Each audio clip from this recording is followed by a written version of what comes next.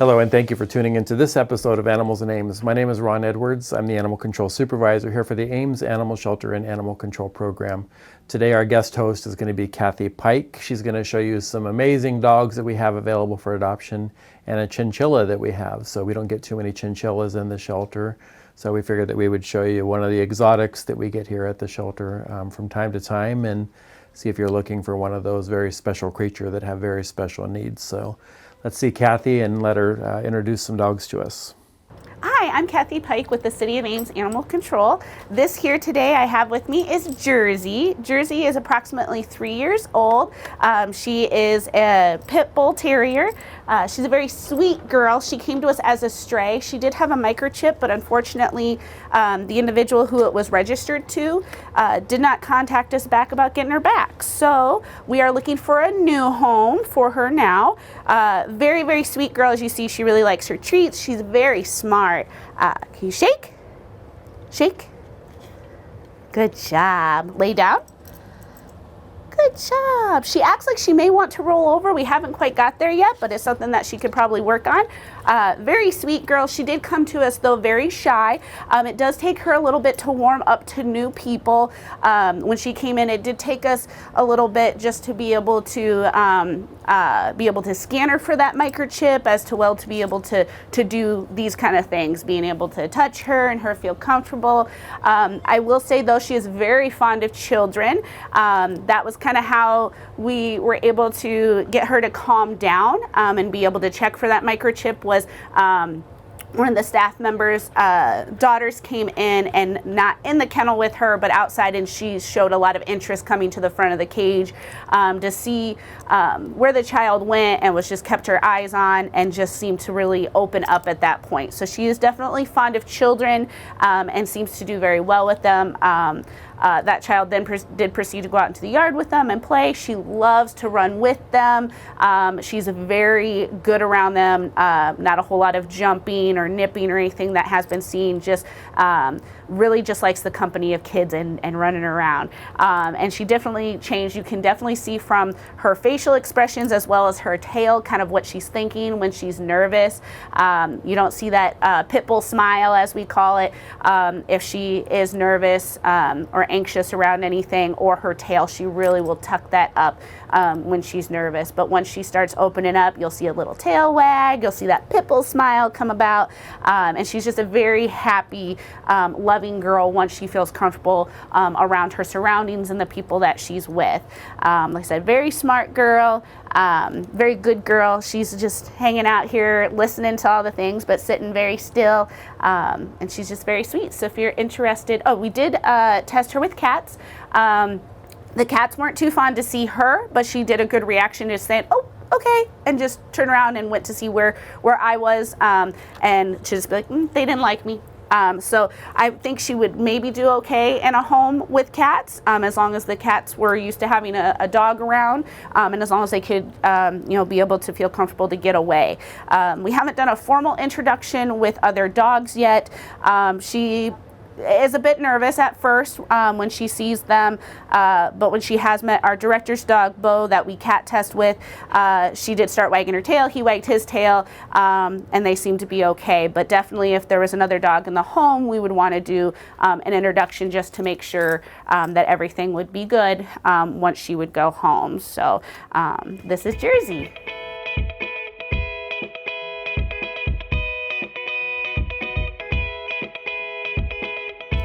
And our next dog today here is Sandie. Sandie is approximately 4 years old.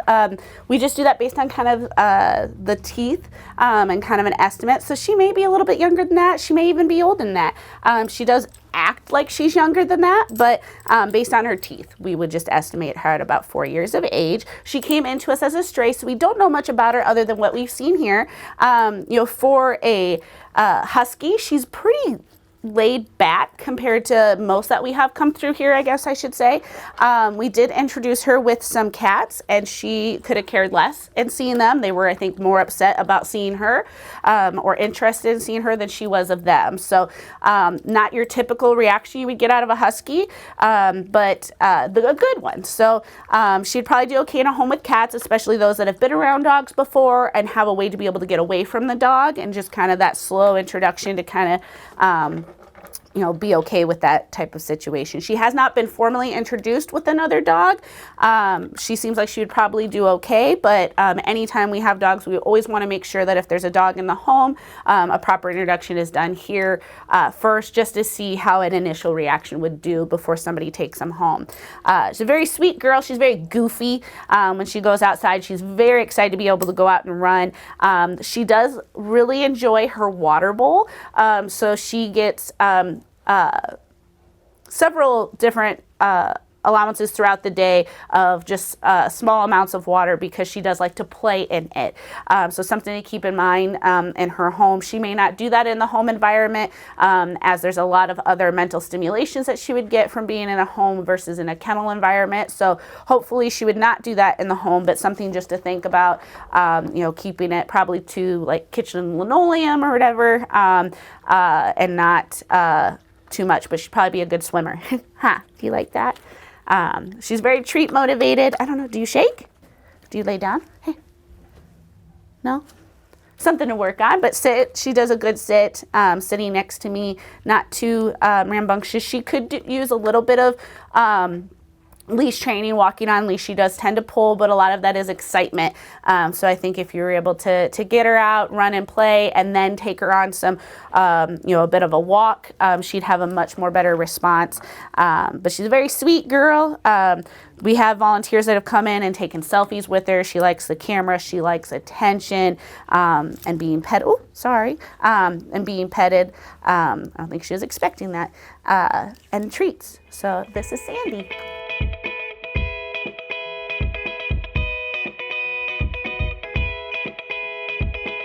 And for our last guest today, we have Chimi. She is a 2-year-old chinchilla female. She was brought to us as an owner surrender after the child in the home appeared to be allergic to her dander, is what they were told. A lot of the times when we find with small animals, when people end up being allergic, it could be the dander. A lot of the time, though, it is the hay that people find out that they're allergic to. And so chinchillas do require to have a good diet of hay, as well as a really good diet of pellets, and then different types of fruits and veggies. The most common thing to give would be small amounts of dried fruits, and then any some root vegetables. The requirements within the home is just to be careful because of where these rodents do come from. They're not used to high humidities or high temperatures. So within the home, you'd want to make sure that the humidity level is low, and that no temperature is above 80, preferably around 75 or lower, is pretty good for them. And not having their cage within direct sunlight, so not next to a window or anything, because they do have that very thick fur coat that they have on them. So they're prone to more heat stroke or issues that way. So just being careful within the home what the temperature, humidity levels are. But they are very soft, so most people do like their coat for that. Here in her kennel, we do provide her with a lot of different stimuli, as they need a lot of mental stimulus, as well as just that really mixed diet. So having a spinny wheel, little hidey places, lots of things to chew on, lots of things to grab and mess with. She does have a dust bath. That is another requirement with chinchillas, is that they are offered a dust bath to be able to roll around in and clean their coat and everything, and it's pretty cute watching them do that. They do say when you clean out the kennel or the cage, is to make sure to switch out those toys to provide different stimulus, having different toys and changing out, so it's always changing for them, and to keep that mental stimulus. They are avid chewers, so making sure that if they are out and about of their cage, that they're not getting into trouble by chewing on things that they shouldn't be. And then also they do have a thing called fur slip. and that is a defense mechanism that they have when they are nervous, that their fur will slip from their body, so that it makes it hard for predators or people to be able to grasp them very easily. The problem with that is, though, it does take several months for them to grow that fur back, so it's best to do slow work with your chinchilla if they're not comfortable with being picked up. Chimi is okay with being petted sometimes, but she kind of lets you know through vocalizations that that she's had enough, and so they do say just to keep working with that until the chinchilla feels more comfortable, so you don't have that fur slip happen. It's just something to keep in mind if you do go to grab them, that may happen, and it's very normal. She is very sweet, though. She will take treats from you. We have these little those are the guinea pigs. Let me know they would like a few. Just these from Oxbow, just these simple treats that you can give to lots of different small animals, and she really seems to like them. And they are nocturnal. They usually sleep so that means they sleep during the day. They're usually active, more like a rabbit, morning and night, so dusk and dawn, which is usually pretty ideal for individuals who work during the day, because you can spend time with your chinchilla before you leave for work or when you come home, because that is when they're going to be the most active. So, and otherwise they'll be sleeping, while you're away during the day. And that's Chimi.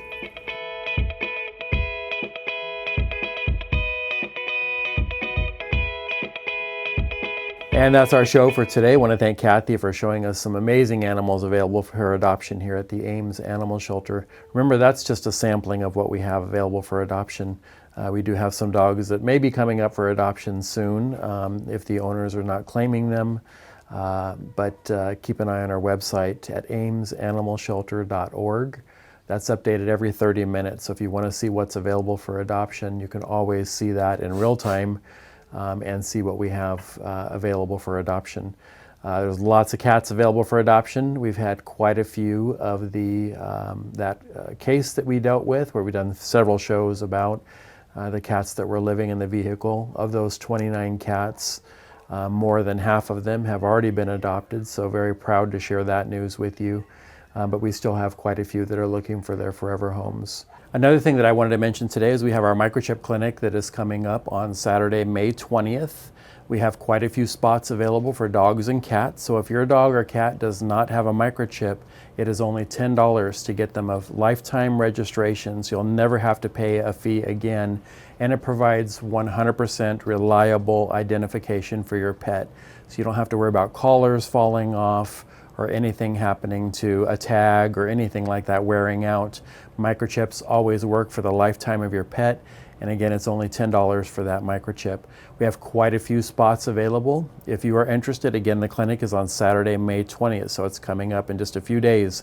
We need you to sign up as soon as possible, like today or tomorrow at the latest if you can. You want to go to the website cityofames.org/microchip. And that will be the site that you're going to go to. Sign up for that microchip. You can sign up as many pets as you have. For that, it's only $10 per pet. It's a drive-up clinic. We've done it for a few years now. We've mastered that operation. It's safe for you. It's safe for the pets.